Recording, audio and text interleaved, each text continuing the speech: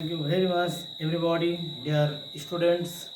We will discuss about tag question and follow to the instruction. Part 2 গতদিন আমরা আলোচনা করেছি, তোমরা জানো পার্ট 1 ট্যাগ কোয়েশ্চেন সম্পর্কে। আজকে পার্ট 2। আজকে কয়েকটা আমি এক্সাম্পল নিয়ে এসেছি, এটা তোমাদেরকে ভালোভাবে বুঝিয়ে দেওয়ার চেষ্টা করব। প্রথম যে সেন্টেন্সটা আছে 1 নম্বরে, রফিক ইজ নট স্টাডিং, আমি লিখেছি নাম্বার 1। তো এইটা Rafiq is not studying, Rafiq অধ্যয়ন করতেছে না, পড়ছে না। এখন এই সেন্টেন্সটা আমরা দেখতে পাচ্ছি যে অ্যাফার্মেটিভ স্টেটমেন্ট, অ্যাফার্মেটিভ সেন্টেন্স। এই স্টেটমেন্ট অ্যাফার্মেটিভ যদি হয় তাহলে সেই ক্ষেত্রে রফিক ইজ নট স্টাডিং, এটা হচ্ছে নেগেটিভ স্টেটমেন্ট।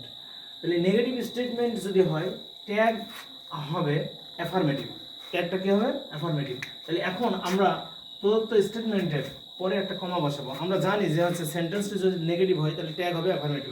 অ্যাফার্মেটিভ ট্যাগে নিয়মটা কি? অ্যাফার্মেটিভ ট্যাগের নিয়ম হচ্ছে প্রদত্ত স্টেটমেন্টের পরে একটা কমা বসবে। আমরা হচ্ছে এখানে একটা কমা দেব। কমা দেওয়ার পরে এখানকার সাহায্যকারী ভার্ব ইজ এবং সাবজেক্ট হচ্ছে রফিক। তো সাবজেক্ট রফিক এর প্রোনাউন হিসাবে হবে হি। প্রথমে আমরা বসাবো অক্সিলারি ভার্ব ইজ, যেহেতু নট আছে তাই ট্যাগ কোশ্চেনে নট দেব না। তো এখন সাবজেক্ট বসবে রফিক, প্রোনাউন হিসাবে হি, তারপরে হচ্ছে নট উঠে যাবে, এবার একটা জিজ্ঞাসা চিহ্ন শেষে, তাহলে is he. Rafiq is not studying, is he, but he seldom comes here. সে এই সেলডম কখন বসে বাক্যে, এটা নেগেটিভ অর্থ প্রকাশ করে। সেলডম কদাচিৎ বা কমই বটে, এরকম। তো এই ক্ষেত্রে আরও অনেক নেগেটিভ এই ধরনের শব্দ আছে। তো যেমন রেয়ারলি আছে, স্কেয়ারসলি আছে, তারপর ফিউ আছে, লিটিল আছে, এইগুলো সব নেগেটিভ শব্দ। তাই এই সেন্টেন্সটা হচ্ছে নেগেটিভ আর ট্যাগ হবে অ্যাফার্মেটিভ। এখন আমরা কি করতে পারি? হি সেলডম কামস, যেহেতু এটা প্রেজেন্ট ইনডিফিনিট টেন্স, তাহলে হি আছে third person singular number, does কমা দিয়ে সাহায্যকারী ভার্ব ডাজ, এবং নট আমরা দেবো না কারণ সেলডম এইটি হচ্ছে নেগেটিভ শব্দ। তাই এখানে হচ্ছে সাবজেক্ট হিসেবে আসবে ভার্ব হি, তাহলে ডাজ হি, এখানে আন্ডারলাইন করতে হবে। তাহলে he seldom comes here, does he, সে এখানে আসে না, প্রায় আসে না, বা খুব কমই আসে, এরকম। তো ডাজ হি, সে কি আসে না? There is something wrong with him, there যখন শুরু হয় সাবজেক্ট হিসাবে কোনো সেন্টেন্সের, তখন দেয়ারই হচ্ছে সাবজেক্ট হবে। তাহলে ইজ এখানে সাহায্যকারী ভার্ব, আমরা ইজেন্ট দেব, কমা দেব, দিয়ে ইজেন্ট দেয়ার।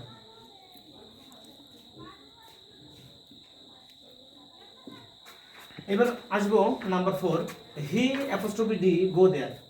এখন কি করে বুঝবো যে এখানে এই অ্যাপোস্ট্রফি ডি, এখানেও ডি, আবার হি অ্যাপোস্ট্রফি ডি নাম্বার 5-এ হি অ্যাপোস্ট্রফি ডি, তারপর গন দেয়ার, আর হি অ্যাপোস্ট্রফি ডি দিয়ে গো দেয়ার। এই দুইটা সেন্টেন্সের ভিতরে একটা কিন্তু বেশ গরমিল আছে। তাই এখানে গো আছে, আমরা জানি যে হলো অতীতকালের কোনো অনিয়মিত অভ্যাস বোঝাতে, সেই ক্ষেত্রে আমরা সাবজেক্টের পরে উড বসবে, তারপর মূল ভাবে প্রেজেন্ট ফর্ম বসবে। তাই এখানে উড ধরবো, WOULD। আর নাম্বার 5 এর পরে আলোচনা করছি, তাহলে এখানে আমরা উড ধরবো যে হি উড গো দেয়ার, সে সেখানে যেত, সে সেখানে যেত, কিন্তু এখন সে যায় না, তবে আগে যেত। এবার একটা কমা দেবো, দিয়ে এখানকার সাহায্যকারী ভার্ব উড, যেহেতু মূল ভার্বের প্রেজেন্ট ফর্ম আছে তার আগে হচ্ছে উড বসে, উডেন্ট নেগেটিভ হবে, উডেন্ট হি। এবার আমরা 5-এ যাব, হি এখানে কি ধরবো? হ্যাড ধরবো, কারণ হচ্ছে যে গন, আমরা জানি সাবজেক্টের পরে হ্যাড মূলভাবে পাস্ট পার্টিসিপল বসে, যেহেতু এটা পাস্ট পারফেক্ট টেন্স, তাই এখানে হ্যাড কমা দিয়ে হ্যাডেন্ট হি। সে সেখানে গিয়েছিল, তাই নয় কি? গিভ মি এ পেন, এই সেন্টেন্সটি ইম্পারেটিভ সেন্টেন্স। আর ইম্পারেটিভ সেন্টেন্সের ক্ষেত্রে আমরা জানি সবসময় এটা ধরে নিতে হবে, যে কোনো ইম্পারেটিভ সেন্টেন্সেই will you, would you, can you, could you, can't you এগুলো বসবে। তাই এখানে গিভ মি এ পেন, এটা হচ্ছে ইম্পারেটিভ সেন্টেন্স, এখানে কমা দিয়ে আমরা উইল ইউ বসাবো। মূল ভাব দিয়ে শুরু যে সেন্টেন্স ইম্পারেটিভ সেন্টেন্স, সেক্ষেত্রে আমরা উইল ইউ বসাতে পারি, উড ইউ বসাতে পারি, ক্যান ইউ বসাতে পারি, কুড ইউ বসাতে পারি ইত্যাদি। লেটস ডু দ্য সাম, এইটা চলো আমরা অঙ্কটি করি। এখানে প্রস্তাব বোঝাচ্ছে, যখন প্রস্তাব বোঝাবে তখন শ্যাল উই বসবে, কোনো রকম প্রবলেম নাই। হলো আমরা সকলে এটা মনে রাখবো যে লেটস মানে প্রস্তাব যখন বোঝাবে তখন হচ্ছে শ্যাল উই বসাবো।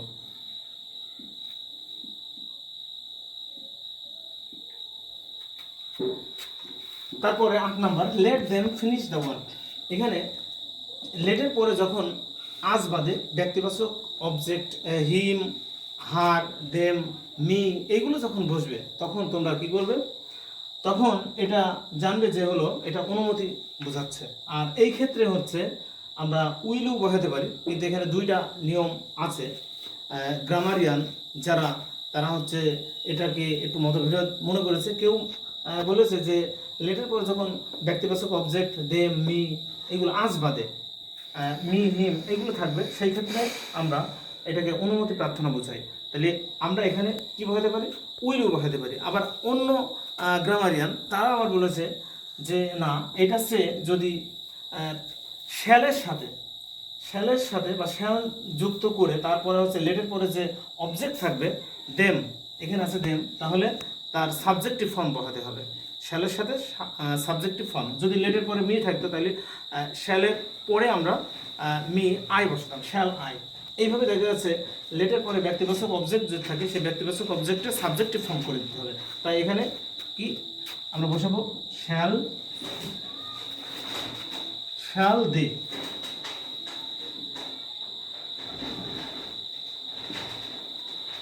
এরপরে number 9, do not make a noise, বলছে যে গোলমাল করো না। তাহলে এখানে ডু নট দিয়ে শুরু যদি হয় কোনো ইম্পারেটিভ সেন্টেন্স, সেক্ষেত্রে আমরা উইলও বসাবো। প্রত্যেকটা ডু নট দিয়ে শুরু ইম্পারেটিভ সেন্টেন্স উইলও বসাবো।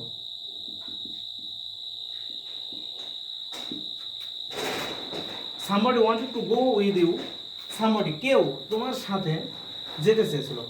এখানে somebody, anybody, nobody, everybody এই ধরনের বডি যুক্ত ইম্পারেটিভ অ্যাসার্টিভ সেন্টেন্স যদি শুরু হয় বা কোনো সেন্টেন্স যদি শুরু হয়, সেই ক্ষেত্রে আমরা এর সাবজেক্ট হিসাবে দে আমরা ধরে নেব, সাবজেক্ট হিসাবে দে ধরে নেব। তাহলে এখানে সামবডি আছে, আমরা সাবজেক্ট হিসেবে দে বসাবো। আর ওয়ান্টেড যেহেতু পাস্ট ইনডিফাইনাইট টেন্স, তাই এখানকার মূল ভাগ ওয়ান্টেড, কিন্তু পাস্ট ইনডিফাইনাইট টেন্স ডিড আসবে। ডিড, ডিডেন্ট, যেহেতু এটা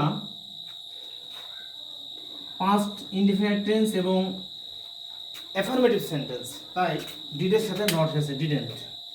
এনিথিং উইল ডু, যদি এনিথিং, নাথিং, এভরিথিং এই ধরনের থিং যুক্ত থাকে কোনো সেন্টেন্স যদি শুরু হয়, সাবজেক্ট যদি শুরু হয় ওই সেন্টেন্সের সাবজেক্ট যদি এনিথিং বা এভরিথিং, নাথিং, তাহলে এর সাবজেক্ট হবে হচ্ছে ইট। সাবজেক্ট হিসেবে কি হবে, ইট। তাহলে এখানে উইল আছে, ওন্ট,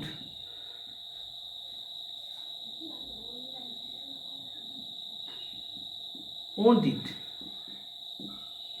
যেহেতু উইল আছে তাহলে will not won't, won't it. How clever the boy is, বলছে যে বালকটি কত চালাক। এটা কিন্তু একটা এক্সক্লেমেটরি সেন্টেন্স। এই এক্সক্লেমেটরি সেন্টেন্স আমরা যে সূত্রটা পেয়েছি তাতে করে সাবজেক্ট শেষে ভার্ব থাকে, তার আগে সাবজেক্ট থাকে। তো এখানে ভার্ব এম, ইজ, আর এইগুলো থাকে। তো সেই ক্ষেত্রে যদি ইজ এখানে সাবজেক্ট আছে তাহলে ইজেন্ট, ইজেন্ট দি বয় আছে, ইজেন্ট হি। ইজেন্ট যেহেতু এটা এক্সক্লেমেটরি সেন্টেন্স, তাই শেষে ভার্ব থাকবে, তার আগে সাবজেক্ট থাকবে। তো কমা দিয়ে ইজেন্ট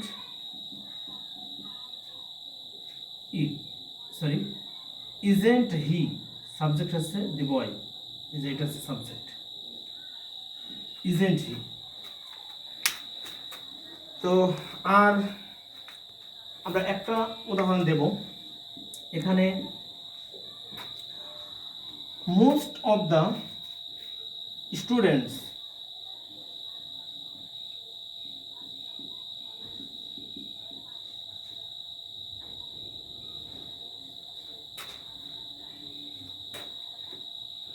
মোস্ট অফ স্টুডেন্টস দেব না, most of you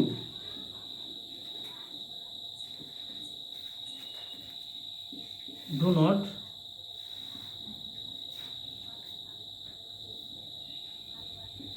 most of you তোমাদের অধিকাংশই do not know it, এটা জানে না।